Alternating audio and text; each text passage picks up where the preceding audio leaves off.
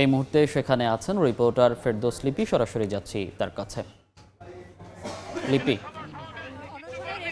বিভিন্ন রাজনৈতিক ছাত্র সংগঠনের নেতারা সংহতি বক্তব্য রাখছেন এবং সকাল ৯টায় যে অনশন শুরু হয়েছে তা বিকেল ৪টা পর্যন্ত চলবে বলে নেতৃবৃন্দ আমাদেরকে নিশ্চিত করেছেন। এবং যারা বক্তব্য রাখছেন তারা বলছেন চট্টগ্রাম বন্দরে নিউ মেরিন কন্টেইনার টার্মিনাল, হলদিয়া চর সহ চট্টগ্রাম বন্দরে কোনো স্থাপনা দেশি কিংবা বিদেশি কোনো প্রতিষ্ঠানকে বিনিয়োগ দেওয়া যাবে না। এই প্রতিবাদে কিন্তু তাদের এই যে অনশন অনশন সেটা চলছে এবং তারা বলছেন যে শুধুমাত্র যে চট্টগ্রাম বন্দরের নিউ মেরিন কন্টেইনার টার্মিনাল প্রতি বছর হাজার কোটি টাকা রাজস্ব আদায় করে, সেই রাজস্ব দিয়ে কিন্তু চট্টগ্রাম বন্দর নিজস্ব দায়িত্ব নিয়ে পরিচালনা করতে পারে এবং জাতীয় এই সম্পদ যদি ইজারা দেওয়া হয় বিশেষ করে বিদেশিদের হাতে তাহলে জাতীয় নিরাপত্তা, দেশের অর্থনীতি থেকে শুরু করে যে সার্বভৌমত্ব তারা বলছেন যে হুমকির মুখে পড়বে। এবং এই স্কোপ থেকে শুরু করে আমরা দেখেছি বিভিন্ন ছাত্র জনতার যে গত 2 মাস ধরে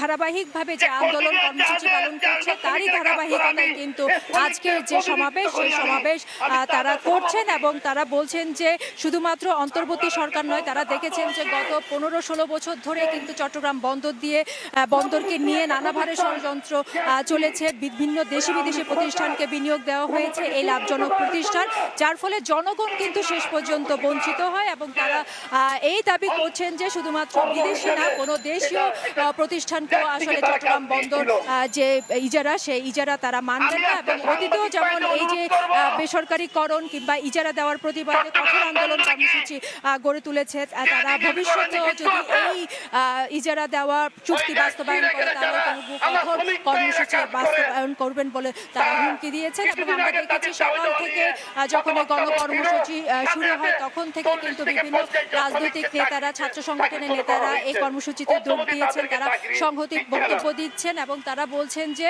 শুধুমাত্র শ্রমিক কর্মচারী ঐক্য পরিষদ নয়, দেশের সাধারণ জনগণকে নিয়ে কিন্তু এর বিরুদ্ধে আন্দোলন গড়ে তোলা হবে এবং কোনোভাবেই চট্টগ্রাম বন্দরের মতো জাতীয় গুরুত্বপূর্ণ স্থাপনাকে কিন্তু কোনোভাবেই দেশি কিংবা বিদেশি কোনো প্রতিষ্ঠানকে তারা ইজারা দিতে দিবে না। তো এই ছিল আমার কাছে এখনো পর্যন্ত গণ অনশন কর্মসূচি চলছে। সরাসরি যুক্ত ছিলাম চট্টগ্রাম থেকে।